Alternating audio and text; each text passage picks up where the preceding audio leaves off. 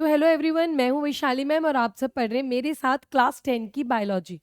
तो बच्चों, बायोलॉजी का जैसे मैंने पहले भी कहा है कि बायोलॉजी का वेटेज फिजिक्स केमिस्ट्री के कंपैरिजन में सबसे ज़्यादा है। सीबीएसई रूल्स के हिसाब से 30 मार्क्स, सेक्शन ए में 30 मार्क्स का जो वेटेज है वो बायोलॉजी का है। बायोलॉजी में आपके चैप्टर्स आ रहे हैं, चैप्टर नंबर 5 लाइफ प्रोसेसेस, 6, ठीक है, आपका 7th चैप्टर है, 8th चैप्टर है और 13th चैप्टर है। तो आपके टोटल 5 चैप्टर्स हैं जो बायोलॉजी को फ्रेम का, मैंने टोटल बायोलॉजी में आपके 5 चैप्टर्स हैं। सभी चैप्टर्स का बहुत अच्छा वेटेज है बच्चों। जो इम्पोर्टेंट चैप्टर्स थे 5, 6, 7 वो ऑलरेडी हम कंप्लीट कर चुके हैं। Now we are going to do the fourth one, that is heredity. Okay, ये भी बहुत सिंपल सा छोटा सा चैप्टर है, इंटरेस्टिंग है बट इम्पॉर्टेंट भी बहुत ज़्यादा है बच्चों। तो बायोलॉजी का वेटेज सबसे ज़्यादा है, तो ध्यान रहे कि उस पर सबसे ज़्यादा एम्फेसाइज फोकस करना है। ठीक है, फिजिक्स केमिस्ट्री पे भी करना है बट सेक्शन ए जो रहेगा वो आपका बायोलॉजी का रहेगा। ओके, चलो will start with this chapter. तो बच्चों, क्या आपने कभी भी ऐसे सोचा है कि आपके जो भी कैरेक्टर्स है, ठीक है, यानी आपके आंखों का कलर, बालों का कलर, स्किन का कलर, ये मतलब कैसे प्रोड्यूस होता है? या अगर हम देखें कि अगर हम दो इंडिविजुअल को कंपैरिजन करें या आप और मैं अगर एक दूसरे को कंपेयर करें, तो हमारी आंखों का कलर, बालों का कलर, स्किन का कलर, हमारी हाइट, हमारी आवाज़, ठीक है, हमारा बॉडी स्ट्रक्चर थोड़ा सा डिफरेंट होता है। ठीक है, तो वो किस वजह से होता है बच्चों, तो वो देखते हैं हम। और ये हम ऐसे क्यों हैं, मतलब हमारी हाइट या हमारे फेशियल फीचर्स ऐसे क्यों हैं, हम सबका मेटाबॉलिज्म अलग होता है, what is the reason behind that, हम सबका अलग अलग क्यों होता है। तो ये सबकी जो इन्फॉर्मेशन है ना बच्चों, वो सेल में स्टोर होती है। अब सेल में कहाँ स्टोर होती है, हाँ वो देखते हैं।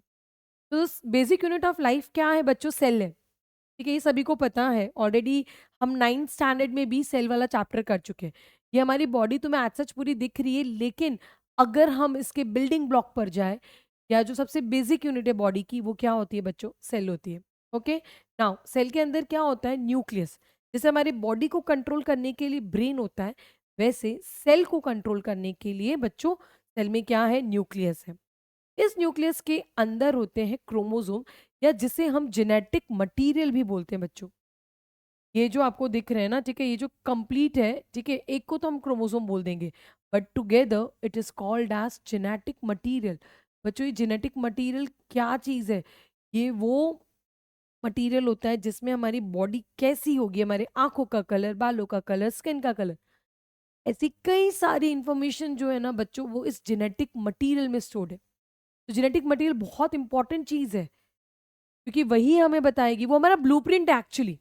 जो जेनेटिक मटेरियल होता है ना, वो हमारी बॉडी का ब्लूप्रिंट है। ब्लूप्रिंट समझते हो ना, जैसे किसी भी घर है, घर का अगर हम ब्लूप्रिंट बनाते हैं कि ये घर कैसा दिखेगा, आई मीन लाइक आफ्टर, पहले बनाने से पहले कि भाई किचन कहाँ होगा, लिविंग रूम कहाँ होगा, बेडरूम कहाँ होगा, बाथरूम कहाँ होगा, बालकनी कहाँ होगी। अगर बिल्डिंग है तो बिल्डिंग का ब्लूप्रिंट होता है। तो वैसे तुम्हारी बॉडी का जो ब्लूप्रिंट है ना बच्चों, वो जेनेटिक मटीरियल है। सारी इंफॉर्मेशन उसी में स्टोर होती है। ओके, चलो आगे। ना, ये जो क्रोमोसोम है ये बेसिकली किस चीज से बना हुआ है, डीएनए से। क्रोमोसोम किसका बना होता है, डीएनए। मतलब जब डीएनए को हम कॉम्पैक्टली पैक कर देते हैं ना, तो बच्चों क्रोमोसोम कहलाते हैं। जेनेटिक मटेरियल भी क्या है, कुछ नहीं, डीएनए ही है बच्चों। जेनेटिक मटेरियल होता है दैट इज डीएनए। अब इस डीएनए को जब तुम कॉम्पैक्टली अरेंज कर दो ना बच्चों, तो इस तरीके का स्ट्रक्चर दिखता है which is called as chromosome. Now, अब इस डीएनए में क्या होता है बच्चों, डीएनए के ना काफी सारे ऐसे अलग अलग सेगमेंट्स हैं जो फंक्शनल है। पूरा डीएनए पता है हमारा काम का नहीं है। हमारा जो जेनेटिक मटेरियल है ना, जो ब्लूप्रिंट है, ठीक है, उसमें ना सिर्फ 2% जितना जो जेनेटिक मटेरियल है ना वो यूजफुल है। बाकी सारा जेनेटिक मटेरियल ना जंक है, काम का नहीं। मतलब काम का इन द सेंस वो कोई चीज फॉर्म नहीं करता, बट हाँ प्रोटेक्शन का काम जरूर करता है वो। तो हम उसके बारे में बाद में बात करेंगे, जंक डीएनए। पहले जो इंपॉर्टेंट सेगमेंट होता है part of DNA, that is called as gene. ठीक है, अब ये जो जीन होता है बच्चों, ये जीन क्या बनाता है, ये प्रोटीन बनाता है। जीन क्या बनाएगा, प्रोटीन बनाएगा। ओके, समझ में आ रही है बात? अगेन देखो, सेल है, सेल के अंदर न्यूक्लियस है, न्यूक्लियस के अंदर क्रोमोसोम है। क्रोमोसोम किस चीज से बना हुआ है, डीएनए। अब डीएनए के एक सेगमेंट को क्या बोलेंगे हम, जीन। जीन क्या फॉर्म करता है, प्रोटीन। और बच्चों, ये जो प्रोटीन होता है वही हमारे कैरेक्टर के लिए रिस्पॉन्सिबल है। जैसे अगर मैं एक प्रोटीन का नाम ले लूँ, मैलानिन, तो मैलानिन से तुम्हारी आंखों का कलर, तुम्हारे स्किन का कलर डिसाइड होता है। इनफैक्ट तुम्हारे हेयर का कलर्स भी।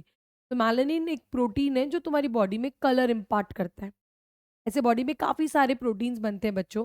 जैसे अगर किसी की बॉडी में डाइजेशन वाले प्रोटीन्स अच्छे बनते हैं, तो वो लोगों की बॉडी में डाइजेशन अच्छा होता है, तो वो लोग जल्दी करके कभी मोटे नहीं हो पाते। मतलब अच्छे उनकी बॉडी जो रहती है वो हेल्दी रहती है। अगर किसी में डाइजेस्टिव एंजाइम्स वाले जो प्रोटीन्स हैं, वो ढंग से नहीं बन रहे, कि बॉडी में ढंग से डाइजेशन नहीं होगा, डाइजेशन अच्छे से नहीं होगा बच्चों, तो बॉडी का मेटाबॉलिज्म काम नहीं करेगा। सबसे इंपॉर्टेंट पार्ट है आपका डाइजेशन, ठीक है? हमारा गट अच्छा रहता है, डाइजेस्टिव सिस्टम अच्छा रहता है, तो बॉडी एकदम परफेक्ट रहती है। ओके? तो ये आपको बेसिक समझ में आया कि हमारे जो कैरेक्टर है वो कैसे आते हैं, कौन डिसाइड करता है, वो क्लियर है, वो सारी इन्फॉर्मेशन कहाँ पर है? Okay, next. नाउ अब ये जो ट्रेट्स है, आपको पता है ट्रेट्स हमें मिलते, आई मीन इसको हम ट्रेट्स भी बोल सकते हैं, कैरेक्टर भी बोलते हैं। ये हमें मिलते कहाँ से? अगर मैं बात करूँ, तुम अपने आप को देखो ज़रा, तुम्हारी स्किन का जो कलर है या तुम्हारे बालों का टेक्सचर है, ओके, तुम्हारी हाइट है, तो ये सब तुम्हें किस में से मिला? तुम्हारे मम्मी में से मिला, पापा में से मिला, या दोनों में से मिला? राइट? तो ये जो कैरेक्टर्स है ना बच्चों, ये हमें इनहेरिट होके मिलते हैं। ये कैरेक्टर्स हमें इनहेरिट होके मिलते हैं through a process called as heredity. ये जो कैरेक्टर्स है ये हमें इनहेरिट होके मिलते हैं हमारे पेरेंट्स में से, एक प्रोसेस है जिसको हेरिडिटी बोलते हैं। अब ये प्रोसेस कैसे होता है? तो ये प्रोसेस होगा through reproduction. These characters are transferred from parent to offsprings through reproduction. ये रिप्रोडक्शन के थ्रू ये जो कैरेक्टर्स है वो हमारे में पास होंगे। तो फिर से देख लेते हैं एक बार रिप्रोडक्शन क्या है। वैसे हम लास्ट चैप्टर में देख चुके हैं बच्चों। तो रिप्रोडक्शन सभी को पता है कि क्या है, इट्स अ प्रोसेस जहाँ पे एक लिविंग ऑर्गेनिज्म अपने जैसे सेम लिविंग ऑर्गेनिज्म को रिप्रोड्यूस करते हैं। यानी एक ऐसा प्रोसेस जिसमें बेबीज बॉर्न होते हैं, अगर हम एकदम सिंपल लैंग्वेज में कहें तो it's a process which give rise to the new individuals that are similar to their parents with subtle differences और द वेरिएशंस। बच्चों एग्जैक्टली कोई सेम नहीं होता, हमने पहले भी देखा है। ठीक है, we in the last chapter we saw कि आइडेंटिकल नहीं है वो। ठीक है, आइडेंटिकल नहीं होते हैं वो, सिमिलर होते हैं। They are not identical, they are similar. ठीक है, आइडेंटिकल मतलब क्या होता है कि एकदम सेम टू सेम होना, but they are not identical, वो सिमिलर है। सिमिलर इन द सेंस हमारे पेरेंट्स के जैसे हम दिखते हैं, but we are not exactly same, we are not exactly identical to them. so we have subtle differences and variations। हम अपने पेरेंट्स से थोड़े से अलग होंगे, भले 5% भी क्यों ना अलग हो, बट हम डेफिनेटली उनसे क्या होंगे, अलग होंगे। Now subtle means minimum. Next, reproduction दो तरीके का है, ऑलरेडी हमें पता है, sexual and asexual. Okay, reproduction is of two types, sexual and asexual. ये भी हम लास्ट चैप्टर में कर चुके हैं बच्चों। तो क्विक रिविजन करते हैं। सेक्सुअल रिप्रोडक्शन क्या होता है? जहाँ पे दो पेरेंट्स, या मैंने आपसे कहा था there is a fusion of gametes, gametic fusion जहाँ पर होता है उसको सेक्सुअल रिप्रोडक्शन बोलते हैं। और जहाँ पे गैमेटिक फ्यूजन नहीं होता वहाँ पे असेक्सुअल रिप्रोडक्शन कहा जाएगा। तो सेक्सुअल रिप्रोडक्शन में जो गैमेट्स होते हैं, गैमेट्स यानी रिप्रोडक्टिव सेल्स, गैमेट्स क्या होते हैं? रिप्रोडक्टिव सेल्स होते हैं। तो इसमें जनरली टू पेरेंट्स इन्वॉल्व होते हैं, पर मैंने पहले भी तुम्हें कहा है कि दो पेरेंट्स यानी जनरली गैमेट्स इन्वॉल्व होते हैं। दो पेरेंट्स जरूरी नहीं हमेशा इन्वॉल्व हो, वैसे ज्यादातर केसेस में दो पेरेंट्स इन्वॉल्व होते हैं, बट जो उसका मेन कंसेप्ट जाता है वहां पे दो गैमेट्स का क्या होगा बच्चों? फ्यूजन। और सेक्सुअल में only one parent is involve. Okay, you can सी ये पोटैटो का एग्जाम्पल दिया है। ये पोटैटो में से आपको इस तरीके से जो पोटैटो में से जो आपको ये बर्ड्स दिख रहे हैं, ये वाले, ये ये जो आपको दिख रहा है ना, ये इसके ऑफस्प्रिंग्स है बच्चों, ये उसके बच्चे हैं। इसमें से हर एक में से ना एक प्लांट निकल सकता है। ओके, तो एक ही potato is enough for producing the offspring, so that is called as asexual reproduction. उसको हम क्या कहेंगे? Asexual reproduction. ओके, नाउ जब भी सेक्सुअल रिप्रोडक्शन होता है तो there is a visible differences you can see. तुम वेरिएशंस देख सकते हो सेक्सुअल रिप्रोडक्शन से आने वाले बच्चे। तुम अपने आप को ही देख लो ना, तुम्हारे पेरेंट्स के कंपैरिजन में तुम कितने अलग हो। मतलब मैं ये नहीं बोल रही कि बहुत ज्यादा अलग हो, बट डिफरेंस दिख जाता है, विजिबल डिफरेंस है। ऐसा तो नहीं है ना कि देख के नहीं बता सकते। अब पोटैटो का बच्चा पोटैटो होगा तो उसमें तुम क्या ही डिफरेंस बता पाओगे, है ना? तो असेक्सुअल रिप्रोडक्शन में उतने वेरिएशंस नहीं आते जितने सेक्सुअल में आते हैं। No visible differences can be scene.